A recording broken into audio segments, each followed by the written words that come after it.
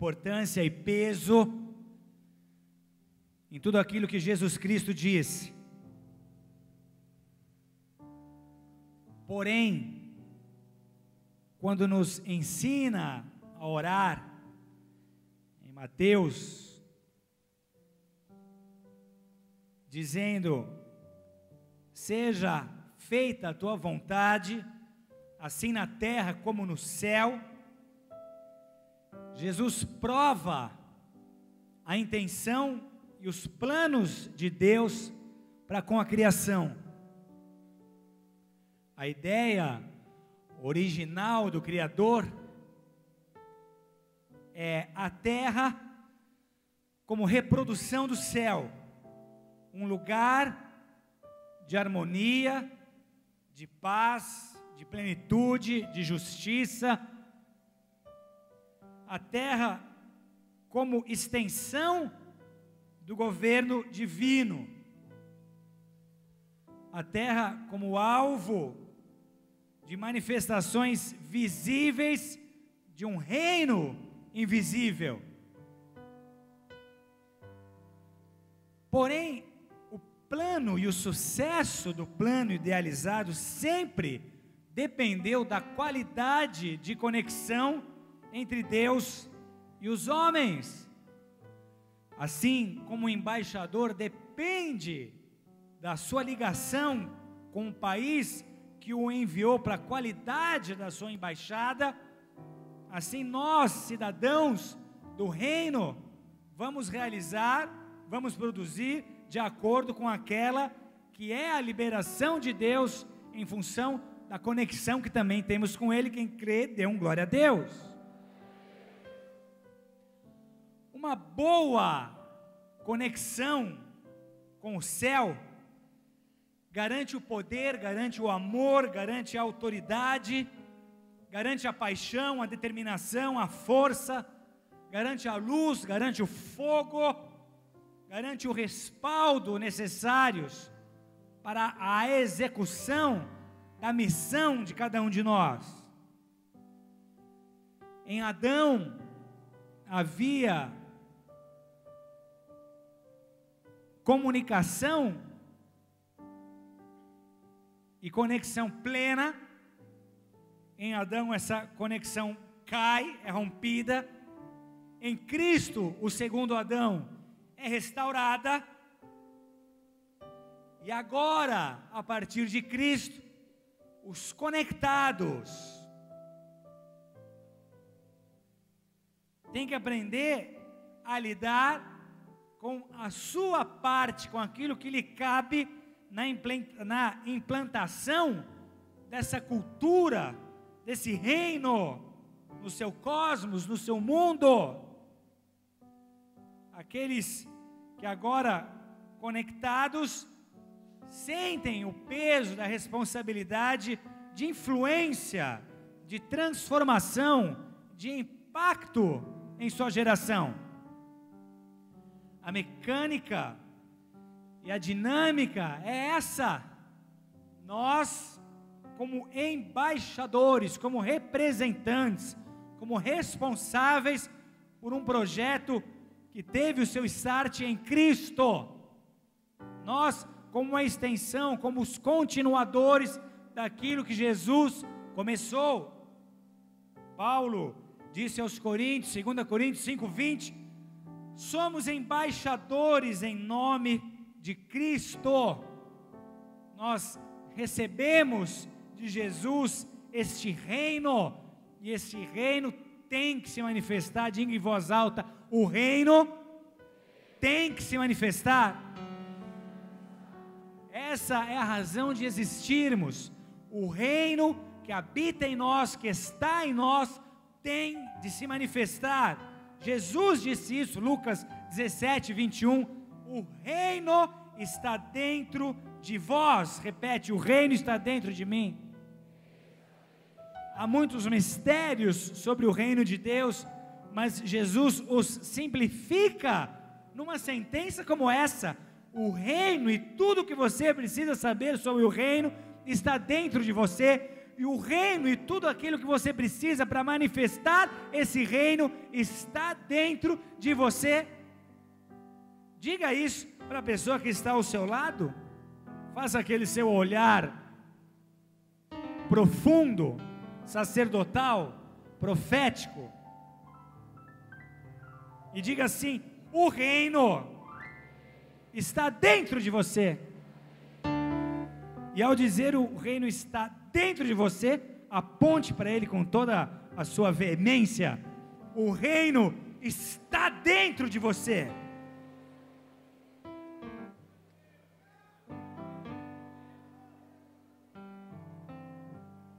Mais uma vez, o reino está dentro de você. Tudo depende da sua escolha.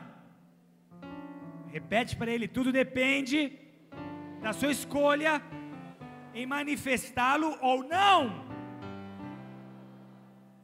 A tua pergunta não deveria ser: será que Deus tem um plano para mim? Será que existe uma missão para mim? Será que há unção sobre a minha vida? Será que Deus deseja me usar? Não. É fato consumado. O reino está em você e o reino precisa se manifestar agora. Depende de você manifestar o reino ou não. Não se pergunte: será que eu tenho liderança? Será que Deus me levantou para algo? Essa não é a pergunta correta. A tua decisão simplesmente tem de ser a de manifestar ou não o reino que já está em você. Lucas, capítulo 9, verso 28, abra comigo.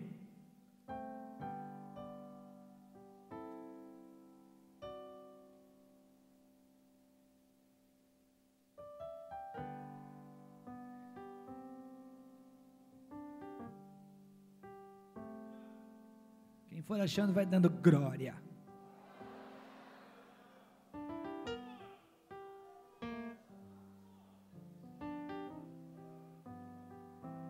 Lucas 9, 28. Diz assim: cerca de 8 dias depois de proferidas essas palavras, tomando consigo a Pedro, João e Tiago, subiu ao monte com o propósito de orar. E aconteceu que enquanto ele orava, a aparência do seu rosto se transfigurou e suas vestes resplandeceram de brancura. Eis que 2 varões falavam com ele, Moisés e Elias, os quais apareceram em glória e falavam da sua partida que ele estava para cumprir em Jerusalém. Pedro e seus companheiros achavam-se premidos de sono, mas, conservando-se acordados, viram a sua glória e os 2 varões que com ele estavam. Ao se retirarem estes de Jesus, disse-lhe Pedro: Mestre, bom é estarmos aqui. Então façamos 3 tendas, uma será tua, outra de Moisés e outra de Elias. Não sabendo, porém, o que dizia. Enquanto assim falava, veio uma nuvem, os envolveu e encheram-se de medo ao entrarem na nuvem. E dela veio uma voz dizendo: Este é o meu filho, o meu eleito, a ele ouvi. Depois daquela voz, achou-se Jesus sozinho. Eles calaram-se e naqueles dias a ninguém contaram coisa alguma do que tinham visto. No dia seguinte, ao descerem eles do monte, veio ao encontro de Jesus grande multidão, e eis que dentre a multidão surgiu um homem dizendo em alta voz: Mestre, suplico-te que vejas meu filho, porque é o único. Um espírito se apodera dele, e de repente o menino grita, e o espírito o atira por terra, convulsiona-o até espumar, e dificilmente o deixa, depois de o ter quebrantado. Roguei aos teus discípulos que o expelissem, mas eles não puderam.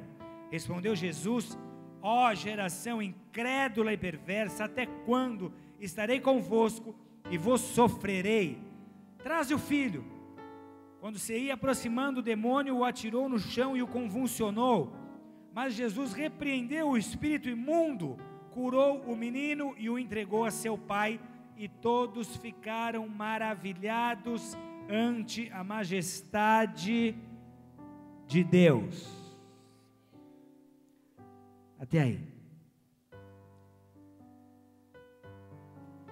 Temos nesse extenso trecho das Escrituras, em primeiro lugar, um monte. Jesus subiu com Pedro, Tiago e João ao monte. Monte representa consagração, encontro, busca, conexão, contemplação, experiência, intimidade. É o receber de Deus. O monte é o meu tempo com Deus, para que ali eu seja por Deus ministrado. O monte é o lugar onde Deus derrama sobre a minha vida. Ali eu tenho revelação, ali eu sou adestrado, equipado, ali eu sou revestido. No monte eu sou receptor, eu recebo de Deus, eu sou preenchido por Deus, eu me alimento de Deus, eu sou fortificado por Deus. Porém, ainda nesse texto, além do monte, nós temos um vale.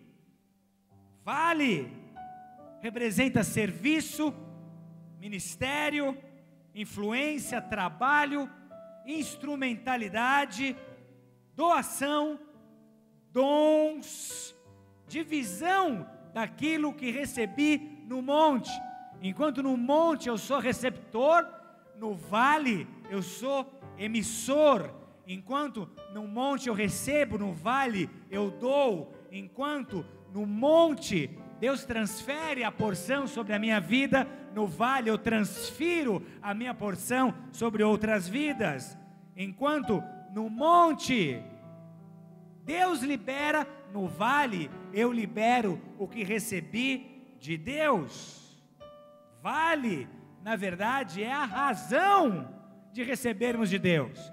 Tudo que Deus nos dá, tudo que nos concede, todo o óleo, toda a glória, todo o poder, toda unção e presença tem um propósito específico. Nos capacitam para o serviço, para abençoarmos os próximos a quem aprendemos a amar. Se nós analisarmos o ministério de Cristo, nós vamos averiguar que Jesus variava entre monte e vale.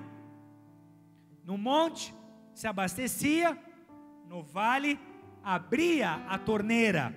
No monte era cheio, era saciado, no vale dava de beber. No monte a consagração, no vale o serviço. No monte subia para estar com Deus, simplesmente para em seguida descer e servir os homens.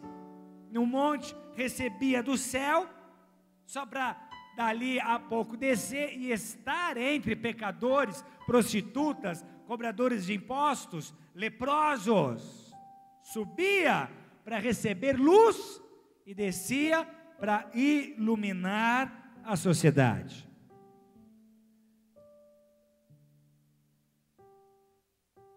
Há um vale, quer nós percebamos a realidade desse vale ou não, há, como nos tempos de Cristo e dos apóstolos, um vale que fala das necessidades desse mundo.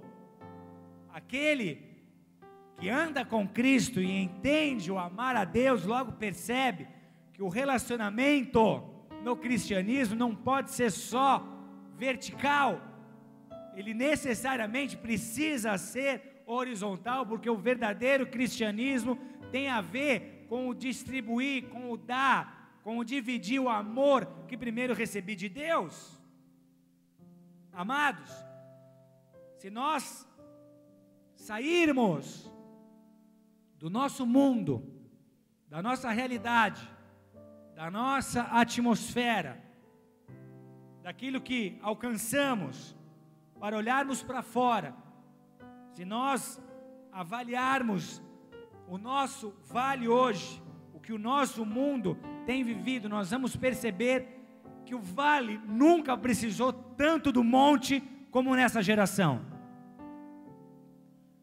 A pressão exercida sobre os seres humanos hoje, nesse século, e a resposta a essa pressão colocam em xeque todas as convicções e o rumo para o qual o mundo tem andado.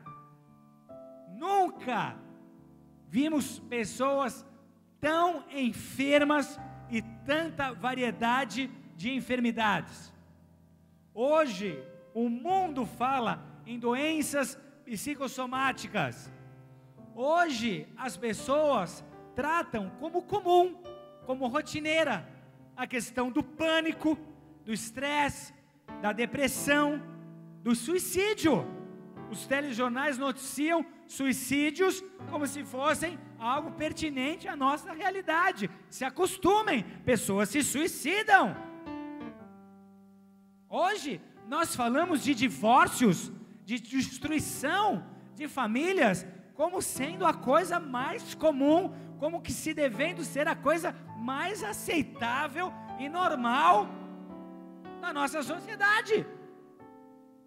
Os números são alarmantes, são assustadores, e isso parece não causar reação nenhuma. Nós nos acostumamos com isso, essa é a nossa realidade, esse é o mundo que nos cerca. Nós temos visto os valores familiares serem desprezados. Hoje há um verdadeiro ataque às bases familiares.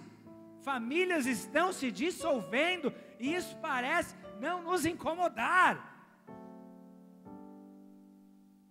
Nossa cultura está e vem sendo a cada dia mais infectada por tudo que é imoral. Isso não nos causa escândalo. O inconsciente coletivo mundial, manipulado e controlado, vem sendo condicionado à aceitação do que é ofensivo, do que é grotesco, do que é pecaminoso, como comum.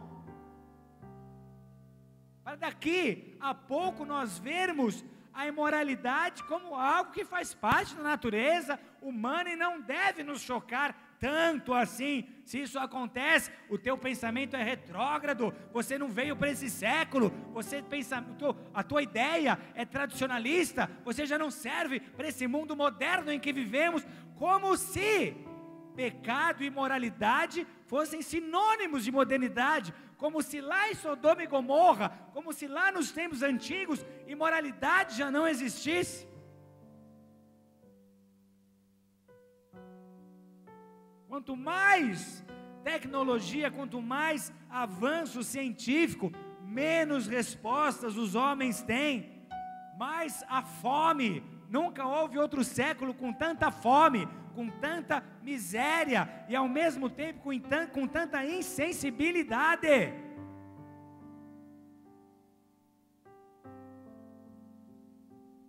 Quanto mais riqueza, maior a certeza de que ela não compra resposta, de que ela não compra amor, de que ela não compra relacionamento. Mais vazios os seres humanos estão ficando. Amados, atentem. Drogas, infidelidade, violência, decepção amorosa, dão ibope pela identificação. As pessoas se identificam com alguma daquelas mazelas.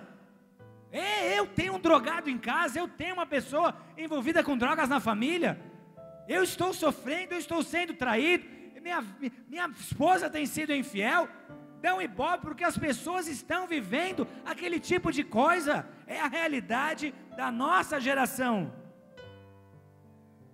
E o pior, o engodo da religião vem suprimindo, asfixiando todo aquele que nela, na religião, vem buscando solução, vem buscando um caminho.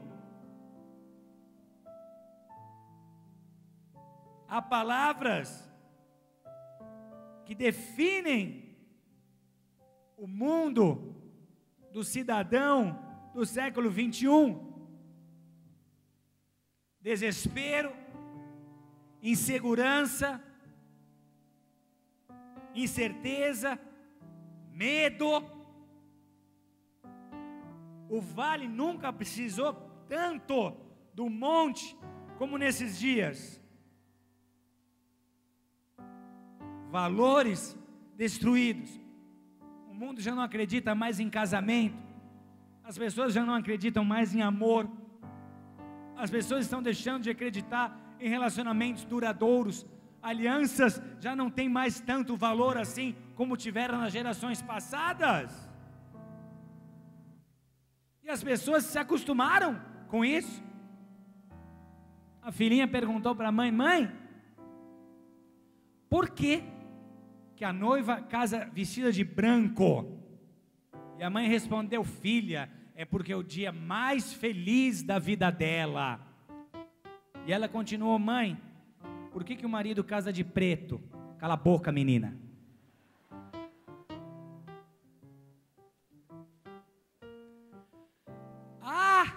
Um vale. Mas se os representantes do monte estão desprovidos de poder, nós vamos lidar com situações parecidas com essa que os discípulos tiveram que enfrentar aqui. Porque no vale, assim como no texto, há uma grande multidão. Jesus, no verso 37, desceu do monte, e eis que uma grande multidão veio ao seu encontro. Uma grande multidão, não poucos. E entre esses, aqueles que encontraram esperança. Não precisa ser desse jeito. Nós não precisamos padecer diante da dor, do sofrimento, da falta. Há uma resposta por aí. Pelo menos vamos tentar. Eu já escutei um testemunho de alguém que foi curado por ele. Dizem que ele opera sinal. Dizem que ele tem palavras de vida eterna. Dizem que ele é o Filho de Deus. Uma multidão que cansou de justificar seus fracassos, de justificar seus medos, de arrumar história para contar em função da sua dor. Chega, basta. Se ele existe, se ele é real, se ele está passando por aqui, o mínimo que eu faço é me mover até o seu encontro. Uma multidão, aqueles que acreditaram num amor que transforma. Uma multidão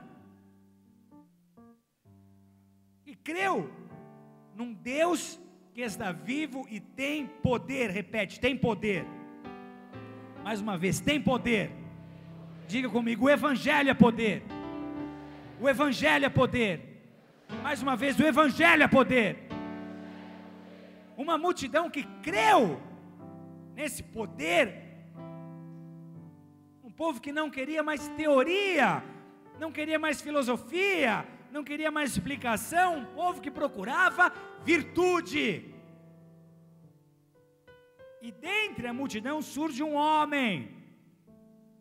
Chamou a atenção, gritou mais alto, sua dor era mais profunda.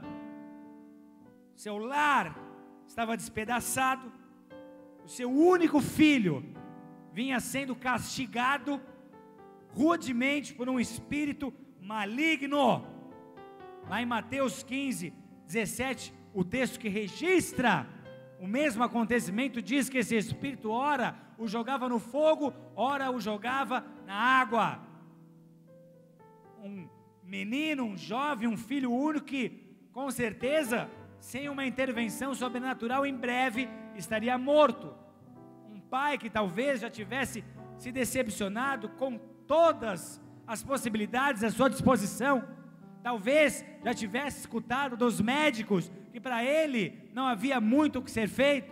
Talvez já tivesse escutado da religião que aquilo deveria ser um fardo, uma coisa de uma vida passada, que agora veio sobre o seu filho. O que ele não queria mais era conversa. Ele precisava de ação, ele precisava de cura, ele precisava de poder.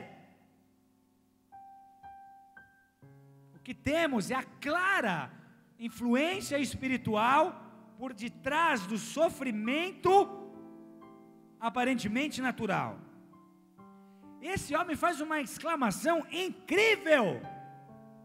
Ele diz: Jesus, roguei aos teus discípulos que o expelissem, mas eles não puderam. Repete comigo: mas eles não puderam. Mas eles não puderam. Como assim?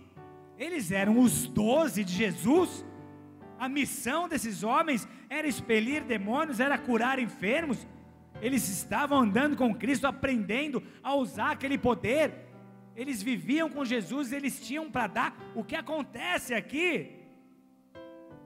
Perceba que durante algum tempo, a unção que estava sobre esses homens foi satisfatória. Havia um nível de ação dos discípulos satisfatória. Ninguém reclamava, não havia nenhuma negativa. Até aqui eles vieram bem, até aqui deu resultado. Eles curaram alguns enfermos, expeliram alguns demônios, mas essa casta eles não conseguem tirar. Havia sinais, mas aqui faltou poder, faltou autoridade, faltou solução. Eles encontraram um limite que não puderam transpor. No vale, mas desprovido de poder. Que lição deve ter sido essa para os discípulos? Que sensação deve ter tomado seus corações de assalto? Como assim? Nós somos os discípulos, como é que esse bicho não sai? Como é que não há libertação? Como é que não há transformação? Como é que não há mudança? Essa marcante experiência para os discípulos caracteriza uma face da igreja. Diga para o seu vizinho: e isso tem a ver com você. O vale é o lugar certo para a manifestação do reino. O vale é o lugar do impacto necessário. O vale é o local para onde você e eu somos enviados todos os dias. O vale nos fornece diariamente oportunidades de vermos o poder de Deus entrando em ação. O vale nos dá a chance de vermos essa transformação proposta acontecendo. Vale é o lugar certo. Porém, quando falta poder de Deus, quando falta poder de Deus, a nossa função e o nosso ministério deixa de ser eficaz. Você está ali como representante, você está ali como embaixador. O vale espera tudo de você. Há grandes expectativas em relação à sua pessoa, em relação à sua presença.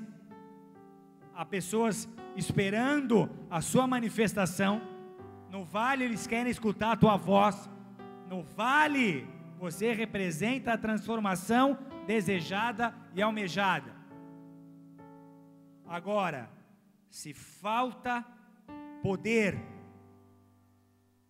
o que sobra é barulho, é título, é performance, é decepção, porque tudo tem a ver com o poder que está à nossa disposição. O que os discípulos fizeram ali, o que nós faríamos no lugar dos discípulos hoje? O quê? Espera aí, como é que é o sintoma? Quer dizer que então que seu filho cai, ele espuma, tem hora que ele se joga na água, tem hora que ele se joga no fogo. Tá, você está aqui na presença de um homem de Deus, esperando uma palavra de Deus, mas na minha visão, o que eu posso te dizer é que eu conheço um psiquiatra maravilhoso. Entra em contato nesse telefone aqui, porque ele precisa de ajuda. O que nós faríamos? Já havia alguém numa situação parecida, eu vou falar com ela vai te indicar um remédio, porque ela foi num especialista, e ele tem um tratamento tenho certeza que de algum jeito ele vai ajudar seu filho. Glória a Deus pelos especialistas, glória a Deus pelos remédios, glória a Deus pelos tratamentos. É óbvio, às vezes é o caso. Às vezes é o caso de se procurar um psiquiatra, um psicoterapeuta, uma terapeuta, um remédio. Mas não nesse caso aqui. Aqui era um demônio, um espírito maligno, um tormento, uma perturbação, uma influência que não era natural. E os apóstolos estavam ali para resolver esse tipo de coisa.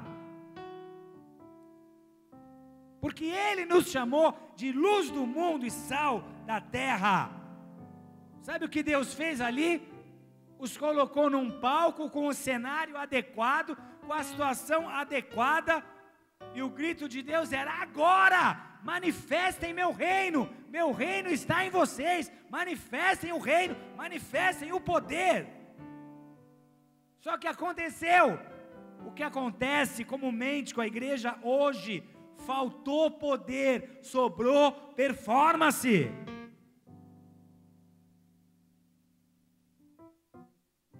Não, mas nós somos os 12, nós não somos qualquer um. Há uma eleição sobre as nossas vidas, nós andamos com Ele.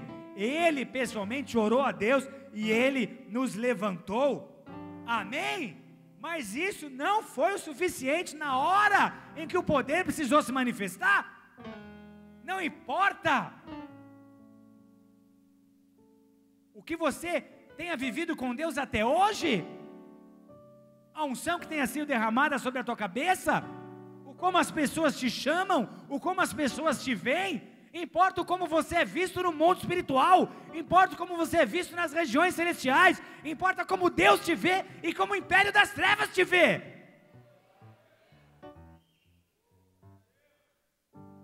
Mas eu conheço a Bíblia, mas eu sou teólogo, mas eu tenho muita informação. Que bom, glória a Deus por isso, mas onde está o poder?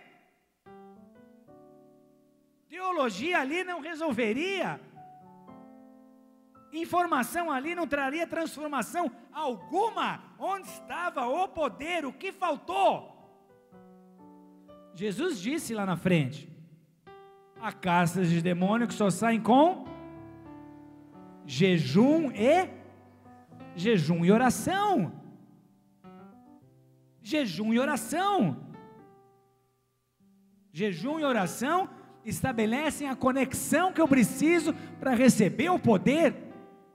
Quando eu me estou abstendo de alimento natural, estou tendo um tempo específico para buscar Deus, quando eu estou me dedicando, me consagrando, abre-se um canal, abre-se uma janela, abre-se um portal, e eu recebo aquela influência, aquele fluxo se estabelece, eu sou cheio de vida, de virtude, de poder, de força, de autoridade.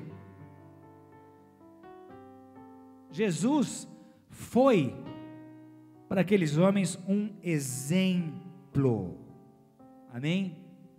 E sabe o que nós precisamos ser para esse mundo? Diga para o seu vizinho: sabe o que você precisa ser hoje? 3 coisas: exemplo, exemplo e exemplo.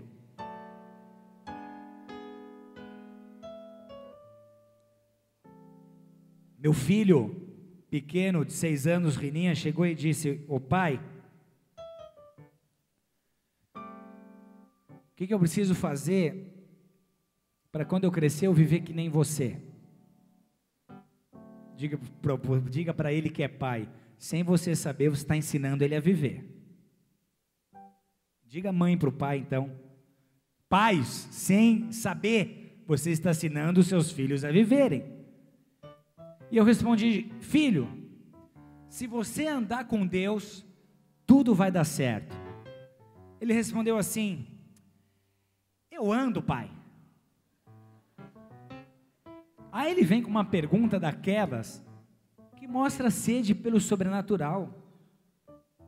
Ele diz assim: pai, por que nós atravessamos os anjos?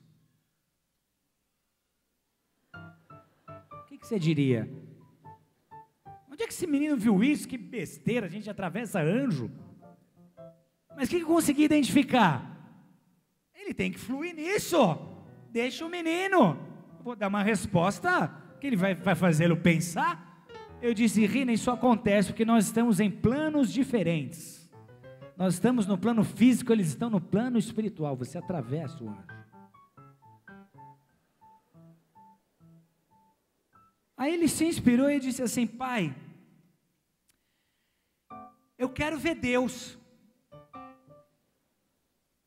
E eu podia ter dado uma resposta natural, eu podia ter dito, filho, você vê Deus na natureza? Você vê Deus no alimento? Você vê Deus no abraço do papai? Tá bom, todas essas são formas de nós vermos a Deus. Mas eu sei que o que ele estava dizendo ali, ele queria ver Deus como Moisés também quis. E por que eu vou extinguir esse desejo dele? Sabe qual foi minha resposta? Na hora certa, filho. Na hora certa. E ele me respondeu, quando eu ver Deus, meus olhos serão abençoados. Eu quero que ele veja Deus sempre, ele tem que ter experiências muito mais fortes e sérias do que eu tive. Nós não precisamos ter explicações naturais e racionais para cada dúvida espiritual, para cada sede de experiência com Deus que as pessoas sobre a nossa influência têm. Diga, seja exemplo, exemplo, exemplo. Há um vale, mas há um monte. E a experiência no vale para os discípulos tem a ver com o que havia acontecido na noite anterior no monte. Pedro, Tiago e João sobem ao monte e contemplam a transfiguração. Jesus começa a orar, seu rosto começa a ser transformado, a glória de Deus se manifesta, a aparição de Moisés e Elias. Não se trata de uma experiência mística ou espírita, trata-se de Moisés na figura da lei, Elias na figura do profético, visitando a Cristo como aqueles que foram não sepultados, mas chamados por Deus, arrebatados por Deus, e que ainda vão aparecer, vão surgir no cenário lá em Apocalipse, como as duas testemunhas, para fortificar Jesus e dar a esse uma ideia de futuro pós-cruz, algo poderoso, sobrenatural. Meu Deus, quer dizer que ele se transformou aqui na nossa frente. Moisés e Elias, que coisa de outro planeta, de outro mundo, é o reino, é espiritual, é um outro plano. Eles se depararam com todas essas coisas, porém eles não alcançaram a intimidade com Deus que ali estava sendo proposta. E se você analisa o texto, você vai perceber que Jesus subiu com o propósito de orar. Agora, se você analisa a atitude dos apóstolos, você vai perceber que no texto em nenhum momento diz que eles oraram ou que eles tinham a intenção de orar. Não era a mesma motivação, não era o mesmo propósito. Deus estava vindo, o reino estava se manifestando, havia uma atmosfera sobrenatural, e eles estavam ali como espectadores, apenas observando. Deus está vindo, coisas grandes vão acontecer, e ele está lá de braço cruzado, cantarolando, pensando a hora que o culto vai terminar, o que ele vai fazer depois do culto, conversando uma conversa que não tem nada a ver com a mensagem, sem foco algum, completamente distraído, sem expectativa nenhuma, como se a presença de Deus fosse algo, uma coisa qualquer, como se eu não devesse me preparar para aquilo que Deus vai fazer, quando a presença dEle vem sobre a minha vida, sem conexão. O que a Bíblia diz? Que eles lutavam contra o sono. E quando eu não consigo entrar nessa atmosfera espiritual, quando eu não entro no Espírito, quando Deus está agindo, é isso que acontece comigo.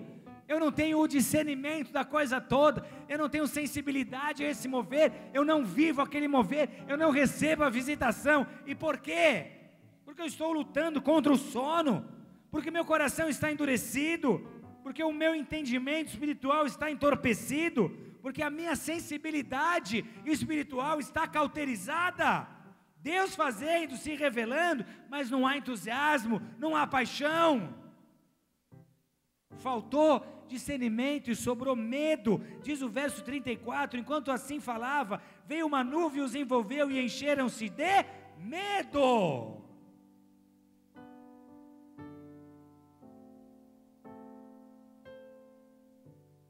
Façamos uma tenda para os 13, já que estamos aqui.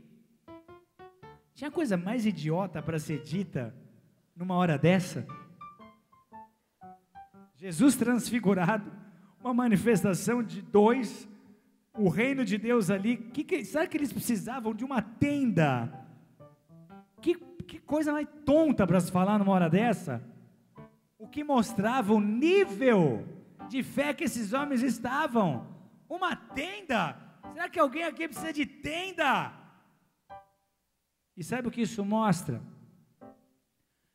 Exatamente o como está a visão da igreja hoje. Eles trataram como natural o que era sobrenatural.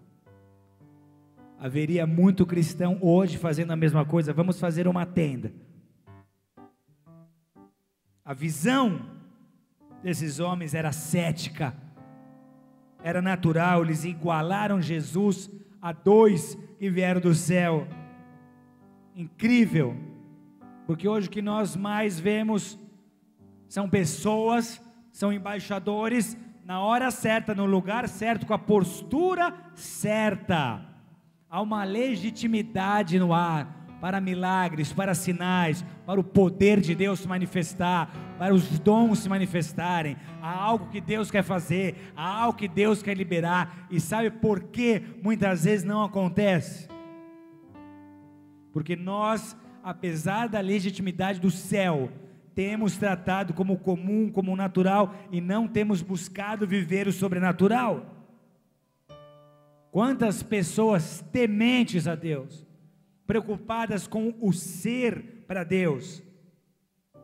Quantas pessoas que amam a Deus, que andam em retidão, que são sérias, que buscam santidade, que têm caráter, privadas do sobrenatural. Há hoje um movimento, igreja, esteja atento. Quando Deus decide fazer algo, Satanás dá um jeito de criar uma estrutura para tentar desfazer e bloquear o que Deus deseja fazer. Preste atenção, há um movimento fundamentado nesse mesmo ceticismo, nessa mesma incredulidade, fundamentado em preconceito, um movimento quase humanístico, de púlpitos hoje nessa nação. Nós escutamos coisas parecidas. Não é demônio, não, e cura, não é cura. Eles têm mais disposição para acreditar num movimento falso do que num movimento legítimo. Eles têm mais disposição para acreditar que aquilo é uma manifestação da alma, que aquilo pode ter sido uma cura pelo poder da mente, do que algo que Deus fez para manifestar o seu poder. Isso não é línguas, isso é uma euforia coletiva. Isso não é o poder de Deus. Eles não estão caindo no poder de Deus. Isso é uma manipulação toda para fazer parecer que Deus está agindo. É mais fácil acreditar nisso do que acreditar que Deus está agindo. Não é libertação, isso é uma manifestação de uma alma conturbada. Isso é emoção. O quê? Então a Bíblia toda está mentindo. Essa cura do Evangelho não existe mais. Esse poder para libertar não é mais necessário.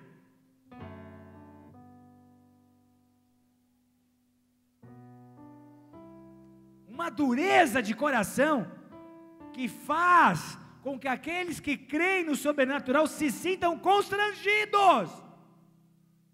Uma dureza de coração em argumentações tão bem elaboradas, que faz parecer E você ser incrédulo é você fazer parte de uma elite que entende teologia.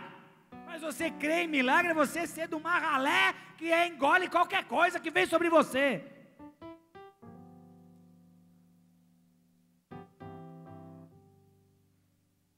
Se tornam críticos, perigosos, intimidadores.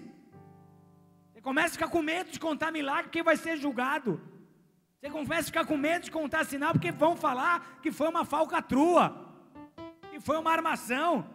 Você fica com medo de contar qualquer coisa sobrenatural para não ser ridicularizado. É uma voz que está aí nessa nação, formada na maioria das vezes por pessoas feridas pelo sistema. O que é o sistema? O sistema se dá quando igrejas operam na base clero-leigo. Eu sou sacerdote, você não é nada, senta quietinho, me escuta, porque você tem que aprender alguma coisa que você não sabe nada. Traz o seu dízimo se você quiser prosperar, me ouve se você quiser cura e libertação. E quando você for pedir qualquer coisa, fala comigo, senão Deus não vai te escutar.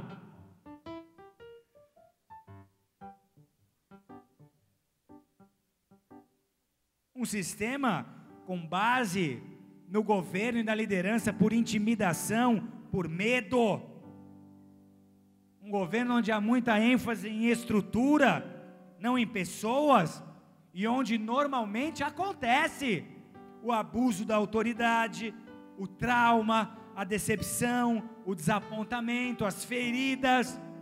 É o que mais temos hoje. Mas em função de feridas, eu não posso me aliviar no extremismo. Então agora não existe mais igreja, eu não acredito mais na instituição, não preciso mais ir para a igreja, não preciso mais dar meu dízimo e a minha oferta, eu não tenho que fazer mais, não preciso me sujeitar a um pastor, eu tenho Deus, eu tenho Jesus, eu rejeito qualquer coisa parecida com o sistema. Igreja é sistema humano, nós não precisamos de igreja. Então, quem é que fundou a igreja? Para quê? Para agora nesse século a gente descobrir que não precisa mais dela. Claro, igreja não é prédio, igreja não é estrutura, o prédio se faz necessário para nos reunirmos, mas a igreja somos nós. Diga: eu sou igreja. Se eu sou igreja, eu posso me reunir em casa. Pode, mas não só em casa. Faça como faziam os primeiros. Tem a igreja primitiva como modelo. Eles se reuniam em casa, mas eles se reuniam nas sinagogas. A reunião no templo era importante, a reunião nos lares era importante, mas o coração machucado diz: não, eu não quero mais autoridade sobre a minha vida. E o que mais nós encontramos hoje são grupinhos de pessoas feridas procurando um líder para lamentar a sua frustração e para ali ser pastoreada sem se enquadrar numa estrutura eclesiástica. Não quero ninguém sobre mim. Se quiser vir um profeta dividir a palavra de Deus, eu até recebo, mas igreja nunca mais. Não era mais fácil curar as feridas? Não era mais fácil tratar o problema do que repudiar tudo que representa a igreja? Quer dizer que a gente não precisa se congregar mais. Quando a Bíblia nos orienta a nos congregarmos, ela então está sendo nociva à nossa espiritualidade. Dízimo não, oferta não. Então a Bíblia está nos enganando. Os princípios bíblicos são falsos. Se eu semear, eu não vou colher, está tudo errado. É tudo um esquema armado por líderes lobos em pele de cordeiro. O que a gente via na igreja primitiva? Doações espontâneas, voluntárias. Pessoas vendiam até os seus terrenos, vendiam o que tinham para dividir com os próximos, para ajudar naquela obra, para ajudar no reino. Autoridade não. Eu também sou sacerdote, eu não preciso de autoridade. Então na igreja primitiva eles estavam errados. Havia apóstolos, pastores, mestres, evangelistas e profetas. Então não precisa mais de autoridade. Cada um faz o que quer.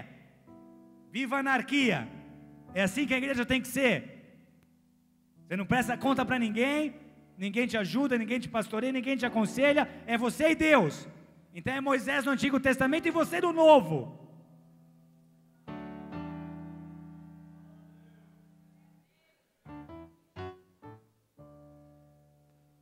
Segunda Timóteo 3,5 está escrito: nos últimos dias, tendo forma de piedade, negando-lhe entretanto o poder.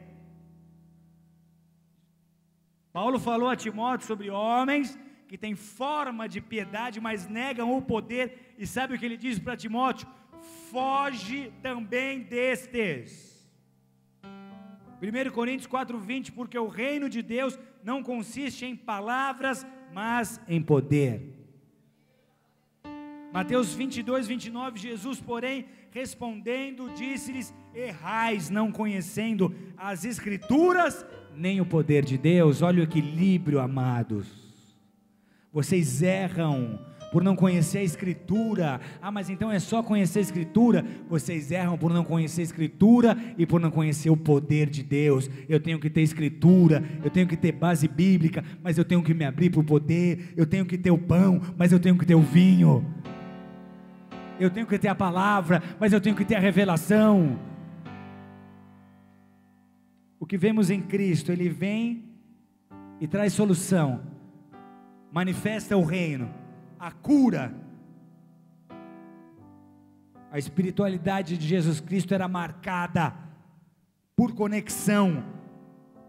A oração era a propulsão do seu ministério. Ele olhou no deserto e jejuou ali 40 dias, ele sempre orou, ele orou no mar, ele orou no monte, ele orou no jardim, ele orou em todos os lugares onde ele pudesse orar, ele orou na cruz, sempre equilibrado. Você percebe que sempre que ele estava no final de uma missão, no vale ele já corria para o monte. Você não vê traço de Jesus esgotado espiritualmente, você não vê traço de Jesus abalado emocionalmente. Quando terminava o seu tempo no vale, ele corria para o monte. Quando ele recebia de Deus no monte, ele voltava para o vale. Esse é o equilíbrio necessário. Ninguém consegue ficar só no vale e ninguém pode ficar só no monte.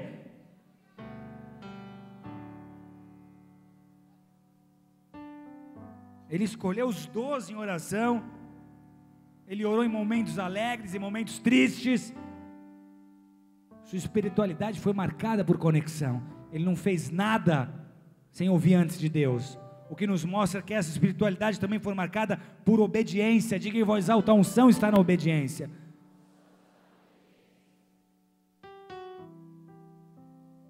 Espiritualidade fervorosa sem obediência tem resultados trágicos. Não sou eu que estou dizendo, está lá em Mateus 7:23, ele vai dizer: nunca vos conheci, vós que praticais a iniquidade. Espiritualidade marcada por poder. Jesus nunca olhou para um caso como irrecuperável. Nada foi impossível. A autoridade que estava sobre a vida dele, a luz que brilhava sobre Cristo, transformou a história do mundo. E a luz que está sobre você, e a luz que está sobre mim, e o poder que está à minha disposição e à sua disposição. Que tipo de história nós vamos deixar de exemplo? Qual vai ser o teu legado? Qual vai ser a tua memória? Como as suas gerações vão olhar para você? Como você vai começar a viver a partir de hoje? O Evangelho não é um conjunto de teorias e de mensagens filosóficas para tornar a sua vida melhor na terra e prometer um céu no futuro. O Evangelho é poder de Deus. O O Evangelho é poder de Deus. O Evangelho é poder de Deus. E se hoje você está no monte, amanhã você tem que voltar para o vale, porque o vale precisa da manifestação do poder de Deus.